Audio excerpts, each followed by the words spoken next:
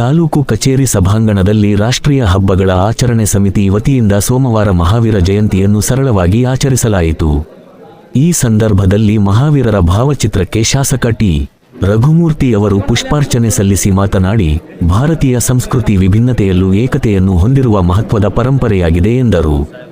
ಮಹಾವೀರರು ಜೈನ ಧರ್ಮದ ಪ್ರತಿಪಾದಕರಾಗಿದ್ದು, ತೀರ್ಥಂಕರರಾಗಿ ಅಹಿಂಸೆ ಮತ್ತು ಶಾಂತಿಯ ಸಂದೇಶವನ್ನು ಜಗತ್ತಿಗೆ ನೀಡಿದರು ಎಂದು ತಿಳಿಸಿದರು. ಜೈನ ಧರ್ಮದ ಅನುಯಾಯಿಗಳು ಭಾರತ ಸೇರಿದಂತೆ ಅನೇಕ ದೇಶಗಳಲ್ಲಿ ವಾಸವಾಗಿದ್ದು, ಮಹಾವೀರರ ತತ್ವಾದರ್ಶಗಳನ್ನು ಪ್ರತಿಯೊಬ್ಬರೂ ಜೀವನದಲ್ಲಿ ಅಳವಡಿಸಿಕೊಳ್ಳಬೇಕು ಎಂದು ಕರೆ ನೀಡಿದರು.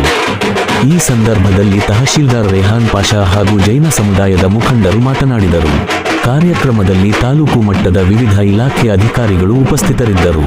ಇದೇ ಸಂದರ್ಭದಲ್ಲಿ ಜೈನ ಸಮುದಾಯದವರು ನಗರದ ಪ್ರಮುಖ ರಸ್ತೆಗಳಲ್ಲಿ ಮಹಾವೀರರ ಭಾವಚಿತ್ರದೊಂದಿಗೆ ಮೆರವಣಿಗೆ ನಡೆಸಿದರು.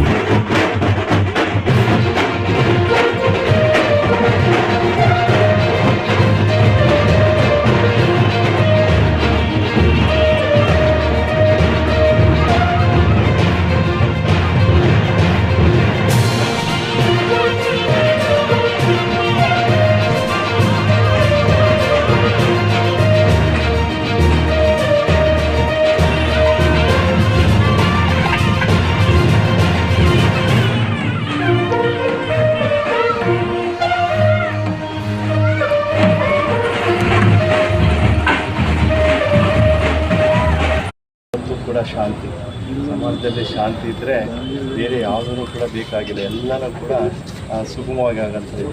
ಅದಕ್ಕೆ ಭಾಳಷ್ಟು ಅವರು ಕಾರಣ ಆಗಿದ್ದಾರೆ ಈ ಸಮಾಜಕ್ಕೆ.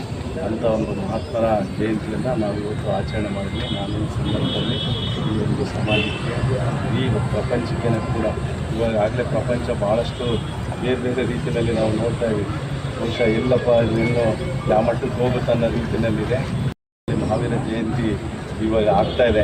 ಬಹುಶಃ ಇದಕ್ಕೆ ಆ ಮಹಾವೀರರ ಏನು ಸಂದೇಶ ಇದೆ, ಅವರ ಇಚ್ಛಾಶಕ್ತಿ ಏನಿತ್ತು ಅದು ಖಂಡಿತವಾಗ್ಲೂ ನೆರವೇರಲಿ ಅಂತೇಳಿ ನಾನು ಕೂಡ ಸಮಾಜಕ್ಕೆ, ಈ ಪ್ರಪಂಚಕ್ಕೆ ಶಾಂತಿಯನ್ನು ಕೊಡುವಂಥ ಕೆಲಸ ಮಹಾವೀರರಲ್ಲಿ ನಾನು ಹೇಳ್ತಿದ್ದೇನೆ. ಎಲ್ಲರಿಗೂ ಧನ್ಯವಾದ.